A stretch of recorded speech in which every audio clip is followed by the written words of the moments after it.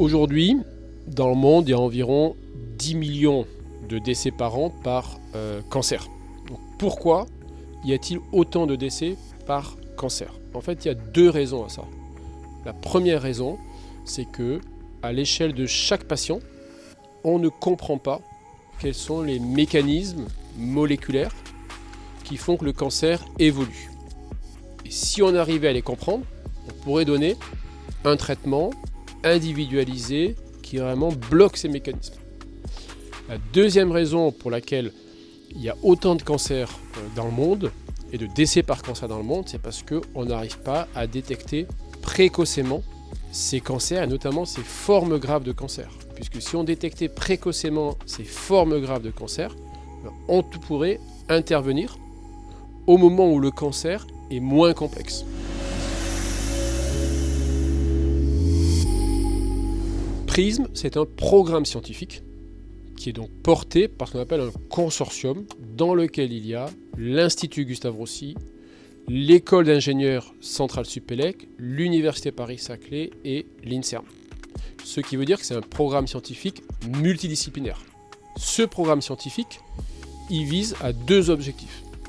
Le premier objectif, c'est que chez chaque patient ou chaque patiente qui risque de décéder par cancer, on puisse, à l'aide d'analyses moléculaires, détecter précisément le mécanisme moléculaire qui fait que le cancer évolue. Et donc ça, c'est ce qu'on appelle la modélisation du cancer. On veut arriver que chaque cancer soit modélisé au niveau biologique pour identifier le bon traitement et la bonne cible. Et le deuxième objectif de PRISM, c'est de développer des outils qui sont à la fois des nouvelles technologies, aidés par l'intelligence artificielle, pour détecter précocement quel patient ou quelle patiente va rechuter du cancer et va présenter un cancer grave qu'il faut traiter précocement. Donc aujourd'hui, au niveau de la recherche, on a avancé sur plusieurs pistes. La première, c'est que nous arrivons à proposer des analyses du génome, c'est-à-dire l'ADN qui fait évoluer le cancer. Et ça, on arrive maintenant à identifier chez certains patients quels sont les gènes qui font évoluer ce cancer. Donc ça, c'est un premier projet, c'est un premier progrès grâce à des équipes de bioinformaticiens qu'on a pu recruter notamment de New York, San Francisco, grâce à PRISM. Le deuxième progrès, toujours dans ce qu'on appelle la modélisation du cancer, c'est qu'on a pu mettre en place ce qu'on appelle des organoïdes. C'est quoi des organoïdes? En fait, c'est quand un patient ou une patiente a un cancer, vous récupérez les cellules du cancer et vous êtes capable de créer un mini-cancer dans des boîtes de plastique de façon à comprendre, donc in vitro, quels sont les mécanismes qui font évoluer le cancer. Donc ça, c'est un deuxième projet. Et donc là, sur ce deuxième projet, maintenant qu'on arrive à faire cet outil de modélisation, un essai clinique a été lancé pour détecter chez chaque patient, grâce à ces petites tumeurs, le mécanisme qui fait évoluer le cancer. Le troisième projet qui a avancé, c'est le fait d'avoir mis en place un essai clinique qui nous permet, chez chaque patient, de comprendre quels sont les mécanismes de réponse immunologique au cancer. Donc ça, c'est un projet qui actuellement est en cours.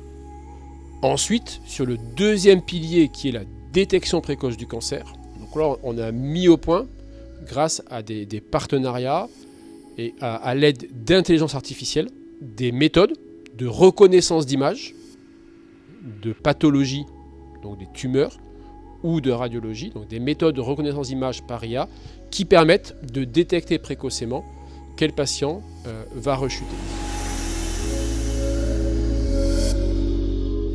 L'objectif de PRISM, c'est une réalisation à 10 ans. C'est quoi le produit final de PRISM?